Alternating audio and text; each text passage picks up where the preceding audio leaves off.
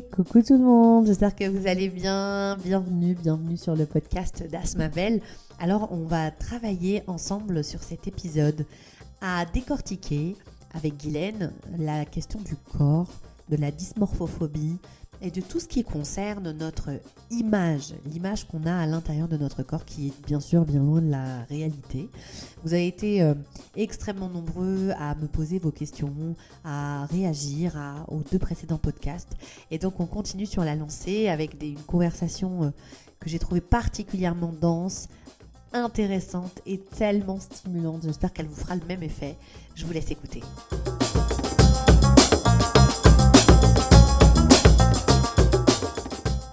Et nous voilà encore avec Guylaine. Guylaine, bienvenue à toi. Il est super tôt chez toi. Je te remercie profondément pour ce réveil très matinal qui nous permet d'être ensemble ce matin. Comment ça va?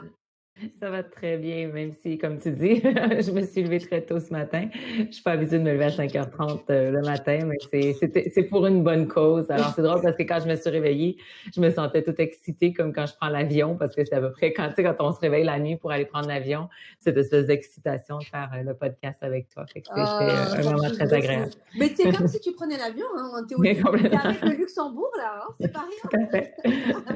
Et moi, ça me fait toujours plaisir d'être au Canada. Si tu savais, ça me manque là. Le fait de prendre un avion, ça me manque, quoi. Ouais, complètement. Et puis, toi aussi, tu as. Moi, je suis en train de préparer du coup ma retraite, puisque à la fin de la semaine, je suis en retraite pendant 4 jours. Toi, c'est pour bientôt aussi, il me semble. Oui, dans 2 semaines, on est passé au code orange au Québec. Donc là, les rassemblements doivent être en bas de 25 personnes. Donc, beaucoup d'ajustements dans la préparation de cette retraite qui amène beaucoup de revirements. Mais bon, moi, je trouve toujours que c'est des moments d'opportunité. Donc, savoir qu'est-ce qui va en sortir en utilisant notre créativité pour voir est-ce qu'on va finalement le faire plus format virtuel. Donc, peut-être que les gens du Luxembourg vont y avoir accès alors que c'était pas possible avant. Donc, à voir. D'accord, donc tu es encore en pleine création, quoi. Ah ouais, pas le choix. C'est génial. C'est hier qu'on a su que que les normes étaient changées. Donc, ouais. Donc, encore, ouais, c'est ça. On n'arrête pas de s'ajuster, de se réajuster. C'est vraiment. quand même. Ok, ça teste notre capacité d'adaptation, tout ce qui se passe là. Tout à fait. Bon, alors, ces 2 derniers podcasts, c'est quoi pour toi le bilan? Comment tu te sens avec ces 2 derniers échanges qu'on a eus ensemble?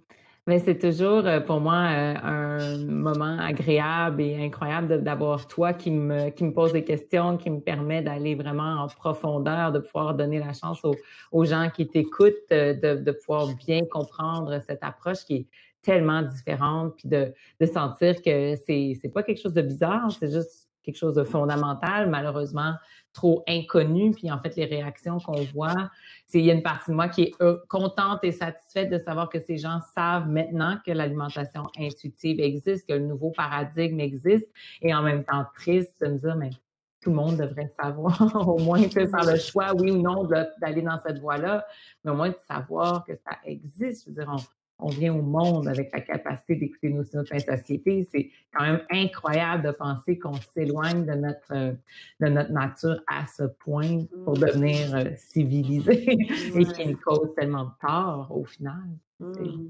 Et est-ce que tu trouves que du coup les retours d'Europe, de France, du Luxembourg, de Belgique sont différents des retours que tu as en général après ces conversations ou pas? Non, c'est toujours la même, je dirais la même souffrance humaine. Hein, c'est quand ça fait des années qu'on essaie de se restreindre puis que ça fonctionne pas. C'est ça. Puis, je peux dire que c'est pour ça que j'ai fait le travail que je fais. C'est pour ça que pour moi, ça en est devenu une mission de pouvoir toucher le vrai. Parce que des personnes qui sont hyper fonctionnelles dans la vie vont pas nécessairement s'arrêter pour dire moi, j'haïs mon corps. Puis c'est une lutte de tous les jours. De l'extérieur, cette personne a l'air comme complètement, on dit au Québec, au-dessus de ses affaires, complètement en charge puis en possession de ses moyens. Puis au final, non, puis d'avoir accès, pour moi, c'est comme un accès privilégié à la vraie personne. Bon, c'est triste parce que c'est un aspect qui est difficile pour cette personne-là, mais quand même, c'est la même chose qui est vécue ici. Bon, merci. Aujourd'hui, on a envie de continuer à explorer. Donc moi, j'ai évidemment eu beaucoup de retours, beaucoup de questions. Et là, ce podcast, on a décidé de le travailler et d'apporter des précisions autour de cette question du corps, hein. On sort un peu de l'été, mais on continue à avoir, voilà, dans tous nos magazines, nos pubs télé, des rappels qu'il faudrait avoir un corps qui ressemble à ça. Mm. Et c'est pas tant là-dessus que j'ai envie qu'on discute parce qu'il y a énormément de choses déjà sur ta page Facebook où les gens peuvent aller s'instruire et emmagasiner des informations, de la compréhension et du sens.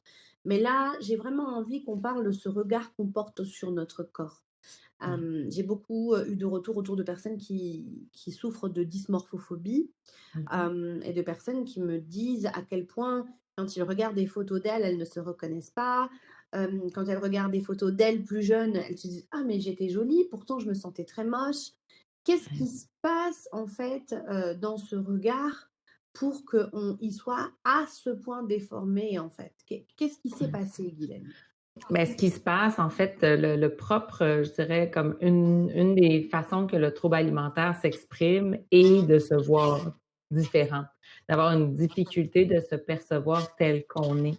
Donc, c'est comme si notre œil, pourtant qui est si exact quand on regarde quelqu'un d'autre, c'est pour ça que les personnes se disent, ben, quand je regarde mon amie, je la vois pas énorme alors qu'elle est petite, je la vois telle qu'elle est. Pourquoi quand je regarde mon amie, puis ensuite, je me regarde, mes yeux ne verraient pas la même chose. Mais exactement, ça tombe dans le jugement, dans l'interprétation de ce corps qui est perçu comme étant plus gros que la réalité. À un moment donné, c'était drôle, parce que c'est drôle, c'est pas drôle, mais l'image pour... donc, il y avait une de mes clientes qui disait qu'elle était allée faire un atelier à l'université de Trois-Rivières, qui a un centre pour le corps. Donc, c'était de se regarder puis montrer comment les personnes qui avaient des troubles alimentaires se percevaient. Donc, les gens regardaient, puis ils disaient, oh, c'est incroyable, comment est-ce qu'on se voit plus gros? Puis ma cliente est arrivée, elle s'est assise, puis elle dit, ben, est-ce que ça part à un moment donné? Mais t'es comme, non, je suis toujours en action, tu sais. Puis elle dit, la personne est venue s'asseoir à côté de moi, puis elle dit, oui, c'est en action, tu sais. Mais elle a dit, moi, c'est comme ça que je me vois toujours, tu sais. Il n'y avait pas de différence avec l'image qui était projetée. Donc, simplement de savoir que la perception de son corps n'est pas juste aide déjà à mieux saisir ce qui est là. Puis moi, je souffrais aussi de cette dysmorphophobie dans mes années où j'avais une relation perturbée avec mon corps. Puis quand je l'ai réglée, c'était vraiment fascinant parce qu'à l'endroit où je travaillais, il y avait un miroir plein pied, du plafond jusqu'au sol. Puis de jour en jour ou de semaine en semaine, je passais devant ce miroir-là, puis je voyais littéralement mon corps changer alors qu'il ne changeait pas. Il n'y avait aucune modification de mon corps et je devenais de plus en plus capable de voir mon corps tel qu'il était. Donc, ça a été un processus vraiment intéressant de pouvoir en être moi-même témoin de ce que ça fait quand on cesse d'avoir une relation une vision inexacte de son corps. Mais alors, Guylaine, de quoi, si on devait faire une description de ses yeux qui nous regardent de l'intérieur, all right? Parce qu'on a notre image extérieure et puis on a un regard intérieur qui va venir abîmer l'image extérieure. Exactement. De quoi est chargé ces yeux intérieurs? De quoi ils sont habités? En fait, ils sont habités de tout ce qu'on n'aime pas de nous. Donc, c'est la non-acceptation de qui on est qui est projetée vers l'extérieur, qui fait que l'image qu'on a de soi est déformée. Donc, c'est un peu, tu sais, on est dans une société qui prône la minceur. Je veux dire, on serait en Afrique, bon, ça change même en Afrique, là, mais l'Afrique subsaharienne n'est plus ce qu'elle était, mais on serait mince en Afrique et on souffrirait de troubles alimentaires, on aurait la même perception à l'inverse, on serait trop maigre. Mais là, on est dans une société occidentale qui prône la minceur, donc c'est comme si nos yeux se transforment en loupe. Donc, les parties qu'on n'aime pas de nous deviennent exagérées, mais en fait, c'est le reflet des parties qu'on n'aime pas en nous qui sont projetées sur notre image en disant, mais je vois mon corps gigantesque. Je vois des parties de mon corps. Dans mon cas, c'était pas tout mon corps qui était gigantesque, c'était des parties de mon corps, mais certaines personnes, c'est le corps en entier.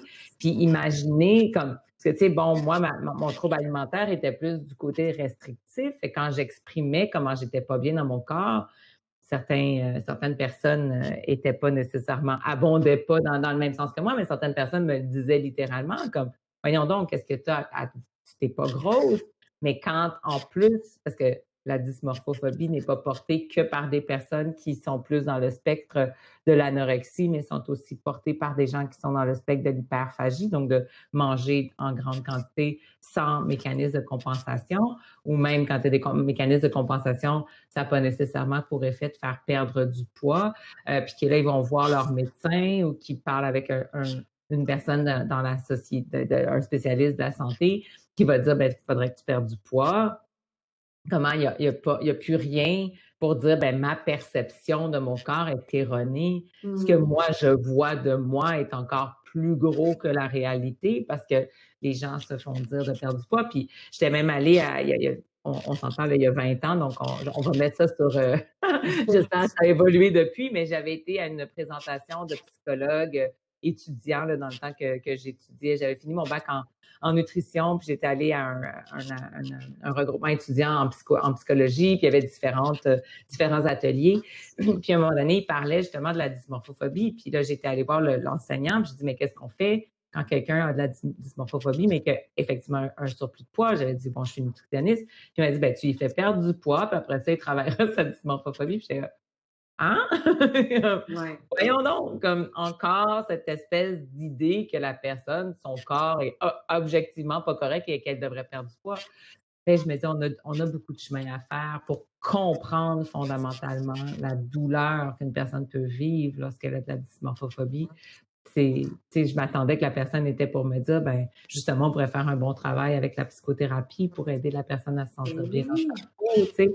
C'est comme, non, tu lui fais perdre du poids. C'est comme si c'était quelque chose que moi, j'avais le pouvoir de faire ça. Puis après ça, elle travaillera sa dysmorphophobie. Je dis, ah mon Dieu, c'est terrible. Donc, oui, c'est mal compris, c'est ignorer la majorité des personnes qui ont un surpoids parce qu'il n'y a absolument rien qui ont rien comme environnement qui peut les aider à voir qu'ils ont cette dysmorphophobie. Ils pensent que c'est comme ça qu'elles sont, tu sais, donc à vivre, tu sais, c'est déjà difficile d'accepter le corps qu'on a, c'est encore plus, ça amène un effort encore plus grand d'accepter un corps qu'on n'a aucune chance de pouvoir voir se transformer parce que c'est notre regard sur le corps qui est perturbé. Donc, ça aussi, je l'ai vécu souvent. Je perdais du poids puis je me sentais pas mieux. Oui, parce que c'est hyper complexe dans le sens où tu as une partie déjà de ta vision qui est faussée. Ouais. Et puis, ta vision est faussée, mais on te demande, entre guillemets, effectivement, d'être dans le body positive et d'aimer ton corps, mais tu as une perception de lui, c'est pas juste.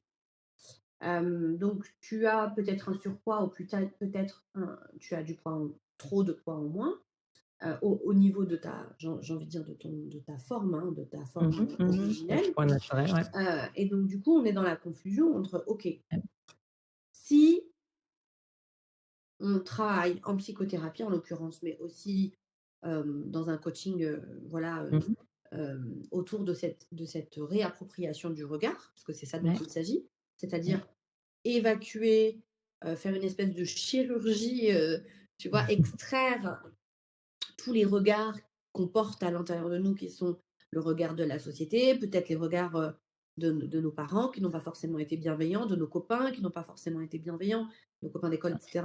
Donc si on fait ce travail d'extraction au fur et à mesure, on va toucher notre juste regard, c'est-à-dire le regard de la réalité, quoi. Exactement. Mais si ce corps ne nous convient toujours pas, avec ce juste regard, quels sont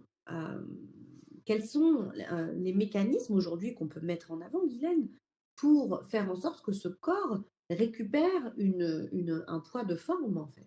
Parce que si le message c'est, bon, le message qu'on a, c'est simple, si tu veux maigrir, il faut manger moins et faire plus de sport. Right?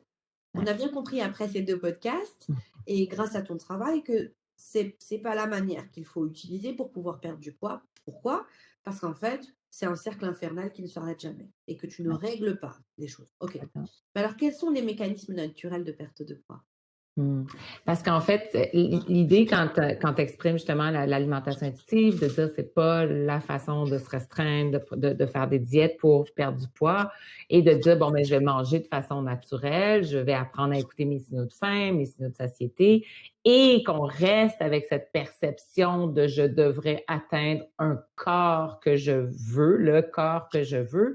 Si on ne fait pas le travail jusqu'au corps, on va irrémédiablement Répétition. retourner vers, tu sais, on va manger de façon intuitive pendant 6 mois, puis on va dire: «Ben, j'ai toujours pas perdu de poids». Cette technique de perte de poids ne fonctionne pas et je vais retourner à faire une diète traditionnelle. Je veux dire, l'urgence de perdre du poids, la pression qu'on a autour de la perte de poids, je l'expliquais clairement, on en parlait dans les derniers podcasts. Je veux dire, le corps est à son rythme, hein. C'est pas, puis quand on a des 10, 15, 20 ans de relation, 30 ans de relation perturbée avec son corps, on corrige pas ça en 2 semaines. Donc, c'est pas une technique de perte de poids. On est en train de se réapproprier sa relation avec la nourriture.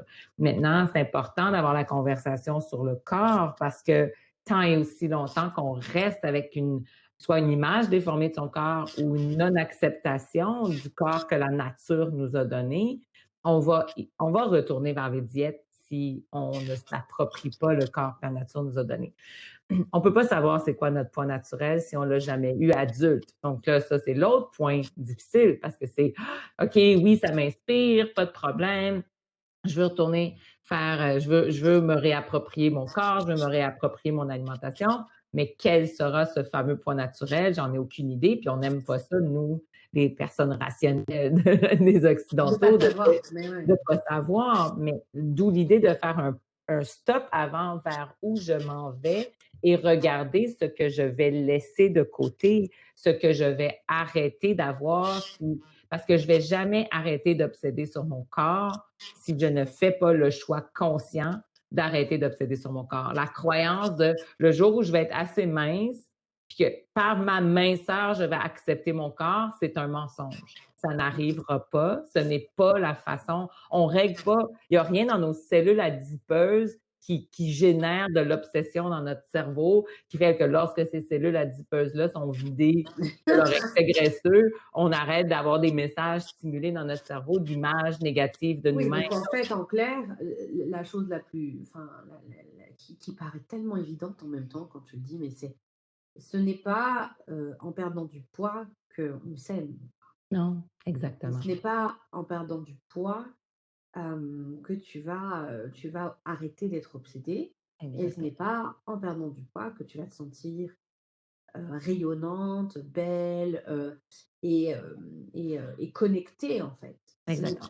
Et Donc, là, c'est là donc comme tu ça dis, mais en pardon, fait, je veux juste t'arrêter parce que c'est tellement important, parce que n'importe qui a perdu du poids dans sa vie va peut dire: dire, «Ben oui, je me sentais comme ça quand je perdais du poids». Oui, pendant la perte de poids, c'est toute la les c'est ça justement le problème de la perte de poids, c'est que ça met dans un high incroyable où est-ce que soudainement ma vie, la vie que je veux devient une possibilité. Je vois les kilos descendre. Mais ça, c'est un high comme un high de drogue, là. Ça n'a rien de réel. Personne dirait prendre la coke, puis tu vas être vraiment là, branché, connecté, allumé là, une fois, là, puis c'est fait pour la vie. Là, je veux dire, c'est l'état dans lequel ah la oui, donc substance nous met. tu dis que le processus en fait d'amaigrissement, donc peu Mhm, importe la technique, te met dans un état mhm, en voyant effectivement, parce que c'est ce qu'on vend, hein, la majeure partie de ces diètes, elles vendent. Oui, ben, plus tu perds vite, plus tu es motivé, et plus tu es motivé, et plus tu continues. Mais en fait, non.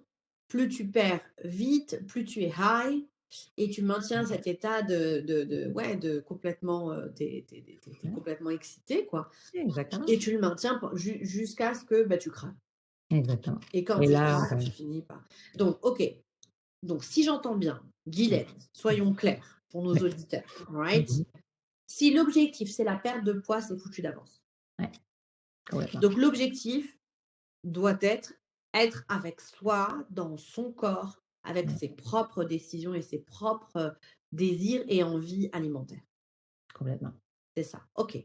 Donc, admettons que je travaille avec toi depuis 2 ans, 3 ans, OK? Mhm. Ce qui est à peu près normal, un Mhm. vrai travail de fond, Ouais. que je décode petit à petit, les questions de quelles sont mes interdictions alimentaires, où est ma culpabilité, que je suis vraiment dans cette histoire de vas-y, est-ce que ce corps m'appartient, à qui il appartient, qu'est-ce que j'aime pas dans son corps, vraiment que j'explore tout ça, OK?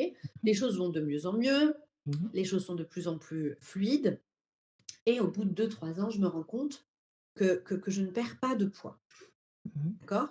Est-ce que ça veut dire que mon corps, c'est OK pour lui d'avoir cette masse graisseuse et que c'est o ou est-ce que ça veut dire qu'il a tellement eu, de massacres, j'ai envie de dire, il a tellement été maltraité que, il sait même plus c'est quoi son poids de forme? Qu'est-ce que ça veut dire si j'en suis là, par exemple? Oui, en fait, il y a plusieurs scénarios. Je veux dire, lequel, c'est difficile à dire. Donc, parce qu'on peut faire un processus pendant 2, 3 ans sans jamais s'engager dans le processus. Je veux dire, on se pose des questions, on fait les exercices D'accord, ouais. parce que c'est la bonne chose à faire, mais on fait aucune modification dans sa vie. On prend aucun risque à sortir de sa zone de confort dans ses comportements, qui fait que les comportements qui causent la surconsommation d'aliments est encore là. Parce que tu sais, je veux dire, tout ça, on parle de signaux de faim, signaux de satiété. Je veux dire, les gens peuvent arrêter d'avoir des compulsions.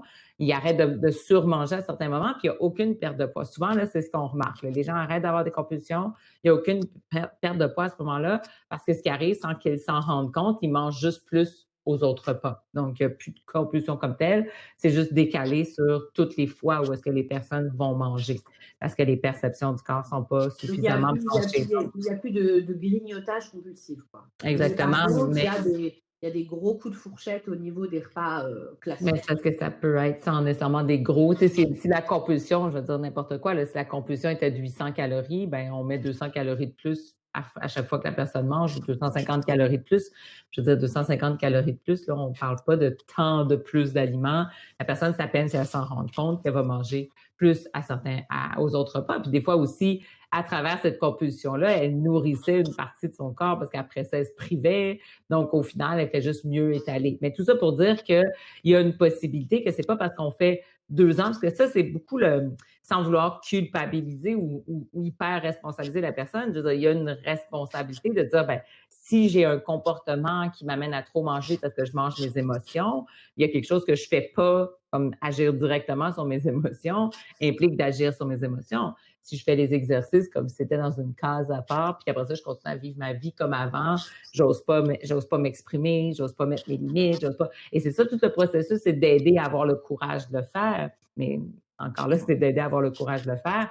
Mais effectivement, après 2, 3 ans, la personne se retrouve toujours à dire, ben, coudonc, j'ai l'impression que j'ai pas mis le doigt sur la chose qui était le comportement à corriger, et ça peut être tout à fait le cas.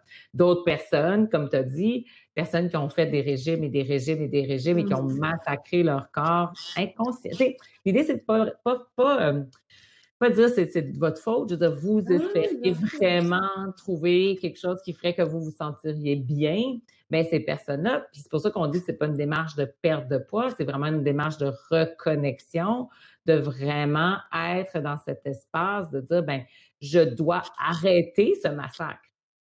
Comme, si je me dis, je perdrai pas de poids, donc ça vaut pas la peine, quoi, je vais continuer à massacrer mon corps, parce que clairement, là, je m'en vais quelque part en massacrant mon corps. Donc, de dire, ben, si pour moi, mes prochains 3 ans ne sont que d'arrêter de massacrer mon corps. C'est déjà énorme pour mon corps parce que massacrer notre corps, là, c'est grave. Je veux dire, Bien sûr, c'est lui qui va nous permettre de vivre jusqu'à temps qu'on veut, en âge avancé. Donc, c'est vraiment super important de réaliser et d'arrêter ce massacre. Puis, je dirais que c'est pour ça que le lustre ou l'idée de dire non, non, non, faites cette démarche, vous allez perdre du poids, ça redevient une démarche de perte de poids. Donc, c'est vraiment important de dire, mais je dois absolument arrêter de maltraiter mon corps.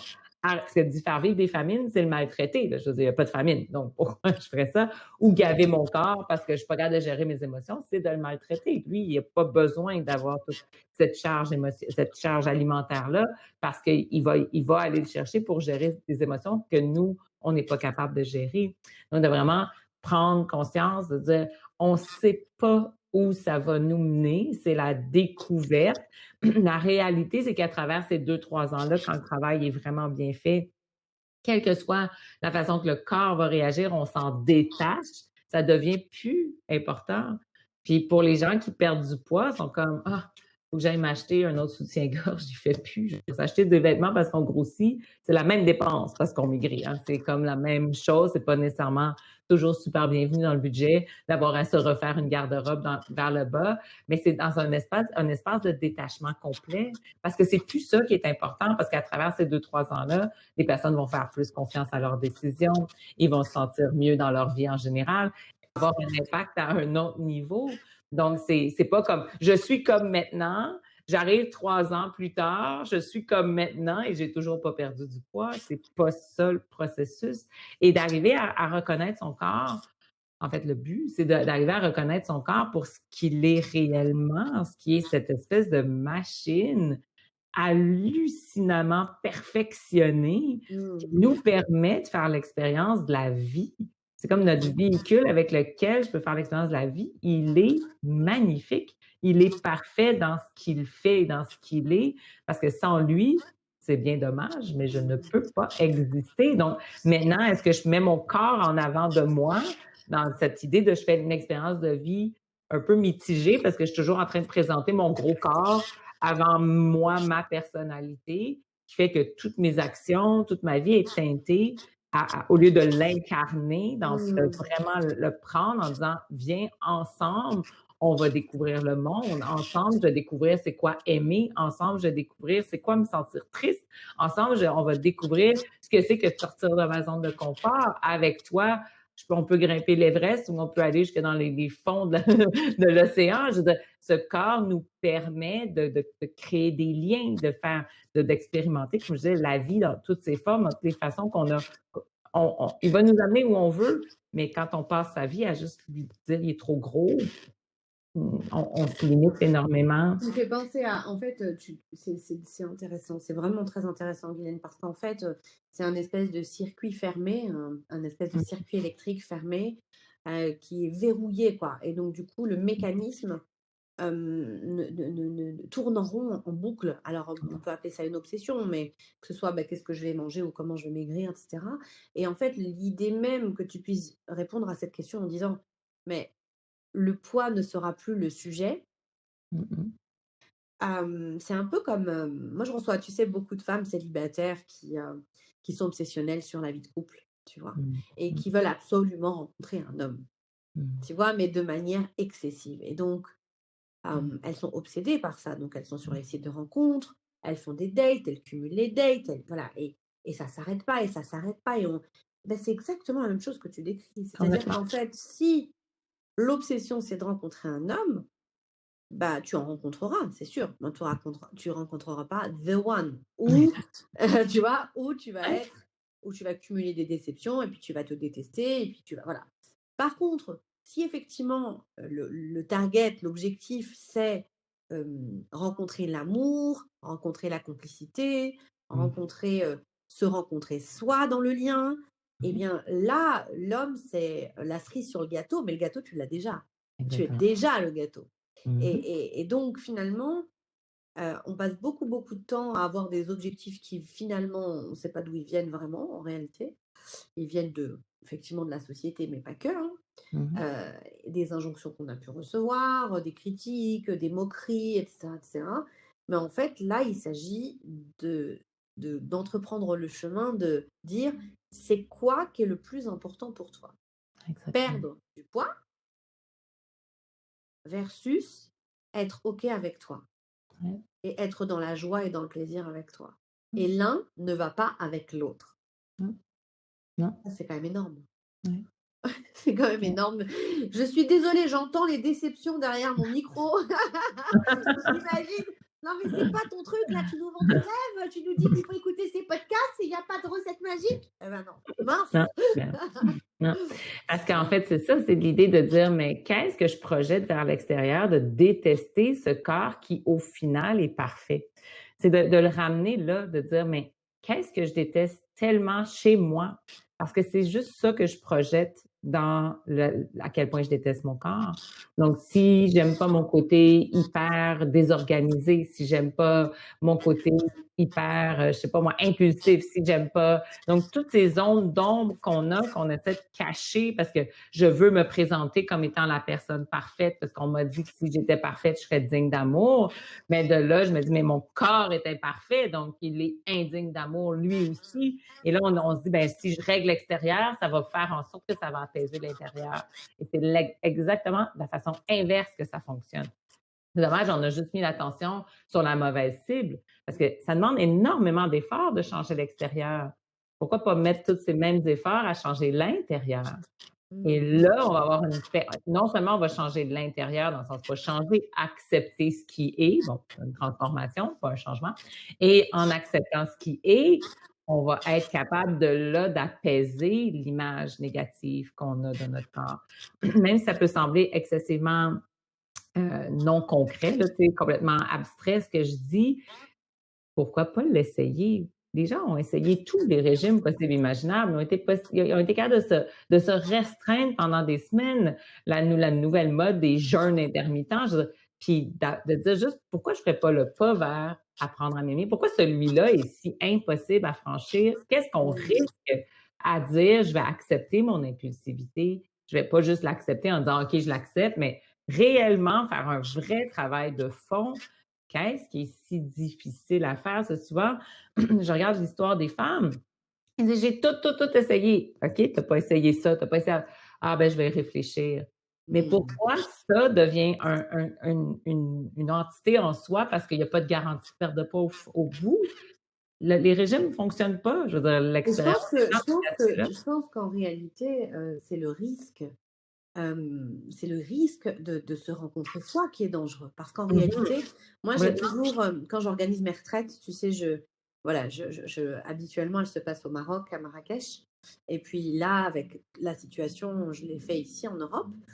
Et vraiment, à chaque retraite, tu vois, 10-15 jours avant, tu commences à sentir l'agitation des inscrits, tu vois.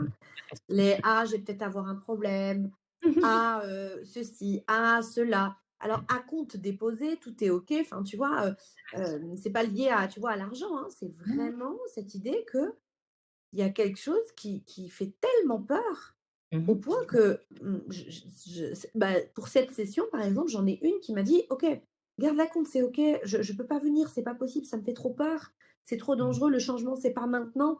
Donc finalement, en réalité, ce que tu dis, Guylaine, c'est que quand tu dis aux gens, vous n'avez pas perdu du poids, parce que vous avez déjà essayé 20 fois et que ça n'a pas fonctionné, mais on va plutôt essayer de comprendre comment tu manges, et puis on va essayer de comprendre comment tu te sens dans ton corps, et puis on va essayer de faire avec qui tu es vraiment.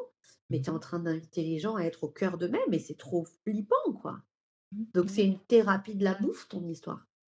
Une thérapie du corps, une thérapie d'être avec les éléments les plus importants du monde, c'est-à-dire ceux qui nous alimentent, ceux qui nous permettent d'être vivants. Moi, je sais que en tant que maman, tu sais, pendant mes grossesses, j'ai regardé beaucoup de vidéos, j'ai lu beaucoup de bouquins et tout autour de la compréhension de ce qui se passe dans le ventre pendant ces 9 mois. Tu vois, voilà, j'étais vraiment très curieuse tu vois, de tout ça. Et puis finalement, la vidéo qui m'a le plus bouleversée, c'est la vidéo d'une sage-femme, infirmière, masseuse, qui faisait des massages au bébé, tu sais, pendant des minutes et des minutes, tu vois, dans un bain, et tu regardais le bébé, la douceur du processus, c'est ce qui m'a le plus touchée. Mais en même temps, en regardant ces mécanismes-là, je me suis dit, mais regarde les mécanismes qui existent parallèlement à cette grossesse. C'est-à-dire que comment ton cœur y bat, comment il fonctionne, comment il irrigue, comment le sang est irrigué, comment ton cerveau. Il y a une multitude de choses qui se passent en même temps qu'on ne connaît pas clairement. Je veux dire, on ne connaît pas. Je veux dire, là, en ce moment, on est peut-être un peu plus porté sur la question médicale parce que Covid, etc. Mais en réalité, les enfants, quand tu leur demandes, on voit bien qu'il n'y a pas de pédagogie, en fait, tu vois, autour de qu'est-ce qui se passe dans ton corps, comment fonctionnent tes muscles, ton sang, tes veines, tes artères, ton cœur, tes reins.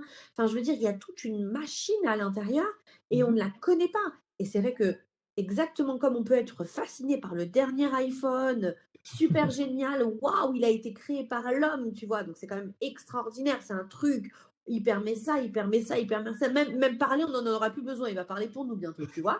C'est quand même dingue. Par contre, la machine qui nous porte, la machine qui nous permet d'être vivants, bah, on la connaît pas, quoi. On la connaît pas. Mmh. C'est fou, Puis quoi. si on la connaît son côté mécanique, même si on connaît pas tout le côté mécanique, on n'a aucune espèce d'idée au niveau émotionnel. On n'a aucune idée au niveau de la conscience. C'est ça. On est à des c'est pour ça que je vous dis cette machine, elle est extraordinaire et on ne lui voue aucun intérêt. Au contraire, on la maltraite pour la majorité d'entre nous. La Mmh. maltraiter par la bouffe, c'est une façon, par le manque de sommeil, par le stress intense qu'on lui fait subir. Je veux dire, c'est allez, go, go, go, go, go. Ouais. Puis au lieu de lui vouer vraiment toute l'attention qu'elle nécessite parce que c'est grâce au corps qu'on est en vie. Mmh. Moi, j'utilise beaucoup, tu sais, dans le cadre de mon travail, cet état que je trouve fondamental et important sur tous les aspects, tu vois, de quand on commence à explorer un sujet, tu vois, c'est cette idée de curiosité, tu vois. C'est-à-dire, Mmh. prends le temps d'être curieux de toi, quoi. Et, Exactement. et- et c'est ça que j'ai envie de dire là. Mmh. Soyez curieux de votre corps, quoi. Ouais, Soyons curieux de notre corps et pas ouais. que sur les aspects mécaniques. Attendons pas de tomber malade pour s'y Mmh. intéresser, quoi. Soyons curieux de son système, de comment il fonctionne. Et Ouais, puis, c'est vrai que quand tu regardes un système, peu importe, un système naturel, les montagnes. Moi, je me souviens que la première fois que je suis venue au Canada, j'étais voir les chutes du Niagara, j'étais bouleversée. J'étais bouleversée. J'ai regardé les chutes, là, tu vois, la force, la violence de cette eau qui coule, et je me suis dit, impressionnant. waouh, quoi, on n'est Mmh. rien, regarde la force de la nature. Et j'étais là et je me suis dit, waouh, et c'est vrai que en regardant les choses avec, j'ai envie de dire, innocence, tu vois, avec quelque chose de très pur, eh bien, on peut s'émerveiller, tu vois, Ouais. s'émerveiller de son environnement, et on peut aussi s'émerveiller de notre système intérieur, quoi. Exactement et Et quand tu c'est parles de curiosité, quand on regarde la curiosité de notre système, la curiosité de nos réactions, d'avoir la même curiosité face à notre personnalité, c'est que c'est là qu'on arrive à suspendre le jugement et c'est quand on arrête de se juger qu'on se sent bien. Puis on mmh, cherche la façon d'arrêter cette douleur à l'intérieur de nous. La grande partie de notre douleur vient de notre jugement et il y a pas d'autre façon pour suspendre notre jugement que d'avoir justement cette curiosité de faire: «Ah, j'ai réagi quand la personne a ouvert la porte. Ah, j'ai senti mon cœur commencer à battre plus fort, ma respiration devenir plus, superficielle. Ah, j'ai senti que je devenais mmh. énervée. Ah, ça tout ça m'appartient. Ah, c'est drôle. Parce que en Il y a temps un normal, espace c'est tu aurais tellement. pas dû rentrer si rapidement, donc le blâme vers l'autre et après ça, critiquer sa réaction parce que ou on était hors contrôle. Donc c'est de là que tout le processus s'installe. Donc c'est un processus très actif. C'est pas de lâcher prise, de s'aimer, là. C'est pas: «Je lâche la serviette». S'aimer, ce processus profond d'apprendre à s'aimer, c'est un processus actif, actif, ancré dans le réel. Donc, évidemment, moi, je fais pas de la psychothérapie, je vais pas aller chercher le comment du pourquoi, c'est observer ce qui est là et aller vraiment déconstruire une étape à la fois, le comportement qui me sert pas Mmh. pour aider justement à être dans la meilleure version de moi-même. C'est dans cette Moi, idée-là. en t'entendant là, j'ai plein de scènes qui me reviennent, tu vois, de moments d'exploration avec certaines de Mmh. mes patientes, de mes clientes, et principalement les femmes, hein, qui abordent ce genre de sujet. Pour les hommes, j'ai l'impression que c'est encore plus compliqué parce qu'il y a encore plus de diktats, hein, on ne s'en rend pas compte à quel point les hommes sont aussi contraints à ça. Mais, et je vois en fait un truc vraiment fort, c'est la solitude dans laquelle on est dans ce jugement-là. Parce Complètement. que quand, quand une de mes clientes décide d'ouvrir la porte de ce jugement, tu vois, avec moi, et qu'elle me laisse rentrer avec elle dans l'endroit où elle se juge, c'est un endroit qui est, ouais, qui est violent de honte, tu vois? Et puis de regarder, de mettre la torche et de regarder. à quel point ce jugement te conduit dans la honte, à quel point cette honte te conduit à te détester, à quel point, tu vois, C'est pour ça qu'on le cercle peut pas vicieux qui travailler s'arrête jamais. l'alimentation intuitive sans travailler l'image du corps. C'est impossible, on peut pas. Donc, puis comme cette approche n'est pas une approche qui fait perdre du poids à court terme, on doit réévaluer notre perception du corps dans le long terme et on doit aller jusqu'à cet amour de soi. Fait que pour moi, j'aime pas parler de l'acceptation du corps parce que les gens voient ça vraiment comme quelque chose qui est comme si on abandonnait. Apprendre à s'aimer, c'est quelque chose d'actif, c'est quelque chose qu'on fait, c'est un état qu'on peut ressentir et de se dire, je peux passer, j'ai autant le droit que n'importe quel autre humain de vivre l'expérience, de m'aimer dans cette vie-ci. Pourquoi pas? Pourquoi moi, je serais obligée de me détester jusqu'à la fin de mes jours dans l'espoir que si je suis assez violente avec moi-même, ça va me donner assez de motivation pour faire une autre diète? Et vous l'avez essayé, tout le monde l'a essayé, puis ça ne marche pas, cette voie-là. Donc, à partir du moment où on est très conscient que cette voie-là ne fonctionne pas, mais quelle autre s'ouvre? Celle d'aller vers l'exploration de soi-même. J'ai une question à te poser, parce que j'imagine, Guylaine, que tenir ce discours depuis presque maintenant 20 ans, c'est ça? Ça fait Ouais. 20 ans que tu es une militante, en fait, de cette exploration-là, de cette curiosité-là, de cette compréhension-là. T'as pas dû être, tu as dû être confrontée à plusieurs personnes qui s'opposent, en fait, à cette vision et à ce paradigme que tu proposes. C'est comment pour toi d'être critiquée dans ce chemin, en fait, d'éveiller les gens là-dessus, tu vois, parce que c'est un discours, tu sais, je me sens très proche de toi à cet endroit-là, parce que c'est quand tu arrives avec des discours qui sont différents, qui sont peut-être à contre-courant, qui sont, tu vois, tout de suite on veut te mettre dans une case, on veut dire, c'est une nouvelle secte, un nouveau gourou, une nouvelle manière de voir, tu vois, et donc il y a des critiques qui disent, mais finalement c'est encore juste un nouveau régime, ou c'est encore juste, tu vois, moi j'ai pu regarder, pas sur toi en direct, mais sur le paradigme de l'alimentation intuitive et sur les blogs et sur voilà, tout ce que les gens peuvent dire. Et je me dis, mais comment toi tu gères et comment toi tu es Mais avec ça? Madame Guylaine, le nouveau gourou je vais taper le gourou de l'alimentation intuitive. Mon gourou préféré, Guylaine. Par ailleurs, mon gourou préféré. ouais, mais en fait, je pense que c'est surtout de pas trop. Je me suis jamais préoccupée des discours, de ce que les gens pouvaient dire, de ce que les gens pouvaient penser. Pour moi, ça a toujours été, comme je dis, ça n'a jamais été un métier, ça a été une mission depuis le début. Quand je m'arrête, ça me fait de la peine. Ça me fait de la peine pour les gens. Parce que moi, je dis toujours, c'est moi, je l'ai réglé ma relation avec la nourriture de mon corps. Donc, moi, personnellement, je le sais. Je suis la première personne qui en a bénéficié. Puis, mon intention a juste été très honnête et très saine de dire, je veux juste aider d'autres femmes à être mieux elles aussi. Donc, ça a toujours été dans cette voie-là que je me suis dirigée parce que si je l'avais fait pour mon ego, j'aurais pas fait ça parce que clairement, je veux dire, ça a été difficile au niveau, je veux dire, au niveau juste entrepreneurial. Je veux dire, c'est clair que c'est pas la chose, tu sais, c'est pas le nouveau trend que tout le monde vers lequel tout le monde court.